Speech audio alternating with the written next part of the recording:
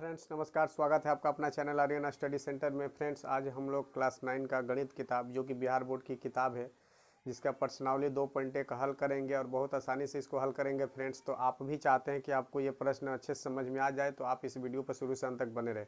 और मेरे भाई, यदि आपको वीडियो पसंद आए तो वीडियो पर लाइक और शेयर जरूर करें, और अभी तक आपने हमारे चैनल को सब्सक्राइब नहीं किया तो प्लीज़ हमारे चैनल को सब्सक्राइब कर ले। तो चलिए स्टार्ट करते हैं। हाँ, तो फ्रेंड्स, सबसे पहले हम लोग क्वेश्चन पढ़ लेते हैं। तो देखिए, यहाँ लिखा है, निम्नलिखित व्यंजकों में कौन कौन एक चर में बहुपद है और कौन कौन नहीं है, कारण के साथ उत्तर दीजिए। तो इसमें हमें बताना है फ्रेंड्स कि कौन एक चर में बहुपद है और कौन एक चर में बहुपद नहीं है। तो बहुत आसान है मेरे भाई, और आपको इस सवाल को कराने से पहले आपको एक बेसिक कंसेप्ट बता देता हूँ, जिसको आप देखते ही बता दोगे कि कौन बहुपद है और कौन बहुपद नहीं है। तो सबसे पहले समझिए कि बहुपद क्या होता है, या बहुपद किससे कहते हैं, कैसे समझेंगे कि बहुपद है या नहीं है।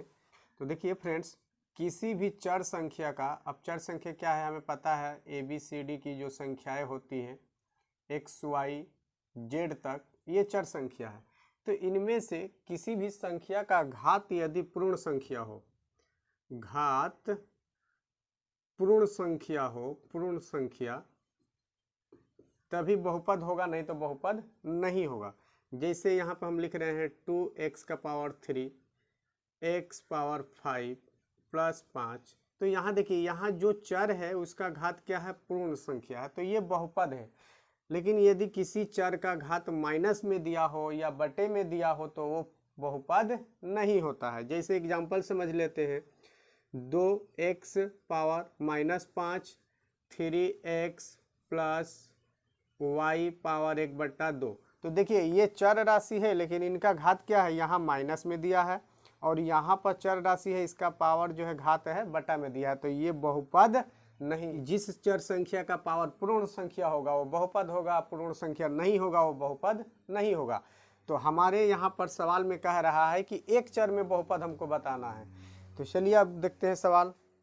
देखते हैं पहला सवाल, 4x² - 3x + 7। तो देखिए, यहाँ दो चर है और दोनों एक ही चर है, और यहाँ पर देखिए चर का पावर क्या है, 2 है, जो कि पूर्ण संख्या है। तो लिख देंगे यह एक बहुपद है, यह एक बहुपद है। दूसरा सवाल है, y² + √2। तो देखिए, चर संख्या का हमें घात देखना है, पावर देखना है। तो चर का यहाँ पावर कितना है, 2 है, तो यह भी एक बहुपद है, बहुपद है। सवाल नंबर 3, 3√t + t√2। तो देखिए, यहाँ पर ये जो अंडर में √t लिखा हुआ है, यदि इसका घात हम लिखेंगे तो हो जाएगा 3t पावर 1/2। तो 1/2 पूर्ण संख्या नहीं है, तो लिखेंगे 1/2 पूर्ण संख्या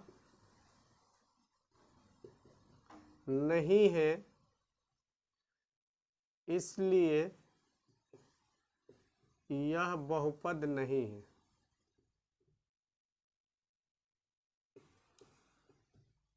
नहीं है। चौथा, y + 2/y। अब यहाँ देखिए, जो भी संख्या, जो भी चर बटा में दिया हो वो भी बहुपद नहीं होता है। अब कैसे नहीं होता है, तो देखिए, इसको यदि हम लिखेंगे तो 2y, और y का पावर क्या हो जाएगा, -1। तो यहाँ जो चर संख्या है y, इसका घात देखिए क्या है, माइनस में, इसलिए यह बहुपद नहीं है। तो यह बहुपद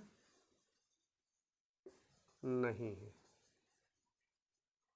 पांचवा सवाल देखिए, यहाँ x का पावर 10 है, y का पावर 3, t का पावर 50। तीनों ही चर संख्या है और तीनों का ही घात जो है पूर्ण संख्या है, लेकिन इस सवाल में हमसे पूछा है एक चर में बहुपद।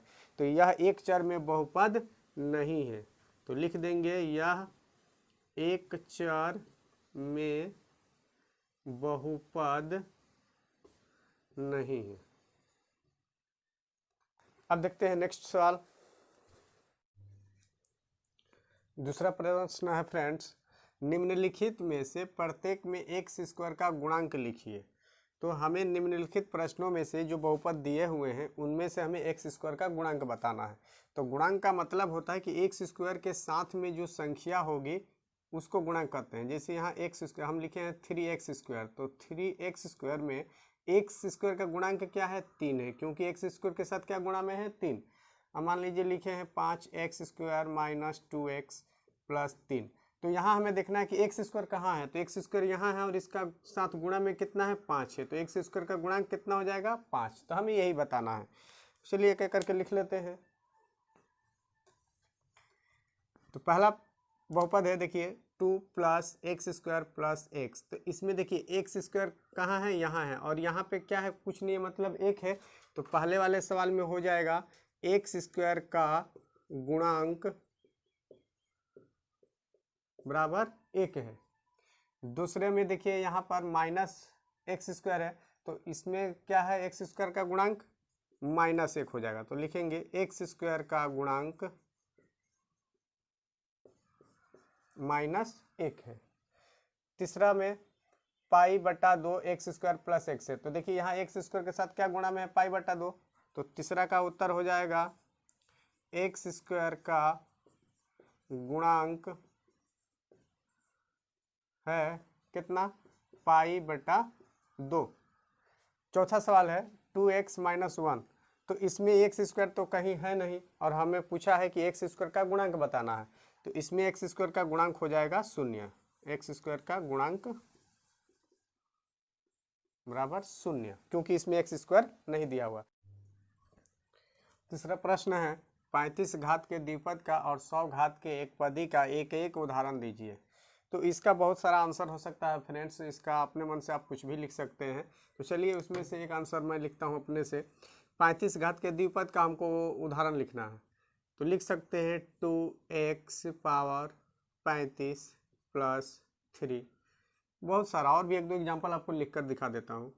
x⁻35 + 1, 3x⁻35 + 7, कुछ भी इस तरह का द्विपद का उदाहरण हम लिख सकते हैं जिसका घात क्या होना चाहिए 35 होना चाहिए। और कह रहा है कि 100 घात का एक पदी का, तो कोई भी एक चर वाला संख्या लिखिए जिसमें उसका घात कितना होना चाहिए 100 होना चाहिए, तो x⁻100 ये भी एक पदी का एक उदाहरण हो गया। 2x⁻100, 5x⁻100, तो इस तरह से बहुत सारा इसका आंसर हो सकता है। तो इस तरह क्वेश्चन नंबर 3 कंप्लीट। चलते हैं नेक्स्ट सवाल की तरफ। अगला प्रश्न है निम्नलिखित बहुपद में से प्रत्येक बहुपद की घात लिखिए। यहाँ कुछ बहुपद दिए हुए हैं और इनका हमें घात बताना है। तो जिससे देखिए सवाल नंबर 1 यहाँ पर 5x³ + 4x² + 7x लिखा हुआ है, तो यहाँ 3 जगह चर है, तो हमें क्या करना है कि सर्वोच्च घात जिस चर का सर्वोच्च घात है वो लिखना है। तो यहाँ देखिए x का सर्वोच्च घात क्या है 3 है, तो लिखेंगे x का सर्वोच्च घात 3 है, अतः इस बहुपद का घात 3 है। उसी तरह दूसरा प्रश्न देख लेते हैं। 4 - y² है, तो यहाँ पे y का सर्वोच्च घात क्या है 2 है, तो लिखेंगे y का सर्वोच्च घात 2 है, अतः इस बहुपद का घात 2 है।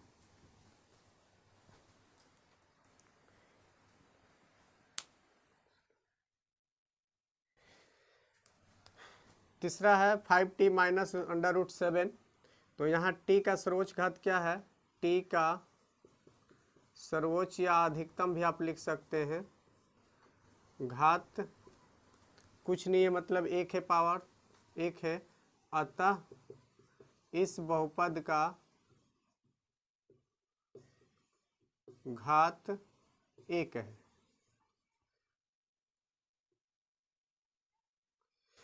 चौथा है, सिर्फ देखिए चौथा में 3 लिखा हुआ है, तो इसको हम इस तरह भी लिख सकते हैं 3 × x⁻0।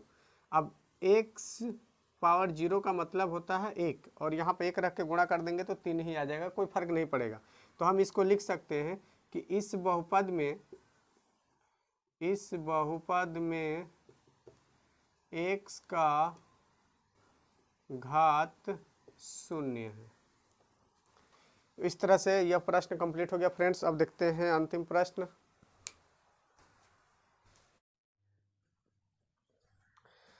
अगला प्रश्न है, बताइए कि निम्नलिखित बहुपद में कौन कौन बहुपद रैखिक है, कौन कौन द्विघाती है और कौन कौन त्रिघाती है। तो सबसे पहले फ्रेंड्स, इस सवाल को बनाने से पहले आप समझिए कि जिस चर संख्या का घात 1 होगा वो रैखिक होगा, जिसका घात 2 होगा और द्विघात, और जिसका घात 3 होगा वो त्रिघात होगा। तो चलिए एक एक करके देख लेते हैं। तो पहले वाले बहुपद में देखिए x का सर्वोच्च घात 2 है, अतः यह द्विघाती बहुपद है, द्विघाती बहुपद। दूसरे में देखिए x का सर्वोच्च घात 3 है, अतः यह त्रिघाती बहुपद है।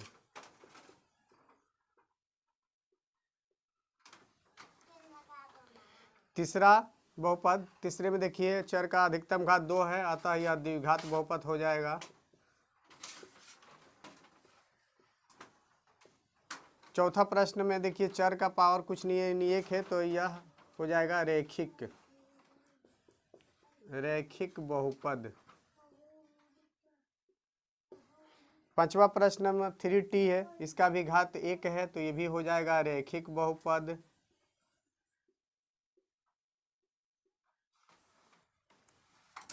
छठवां प्रश्न r², देखिए चर का घात 2 है, तो ये हो जाएगा द्विघात बहुपद।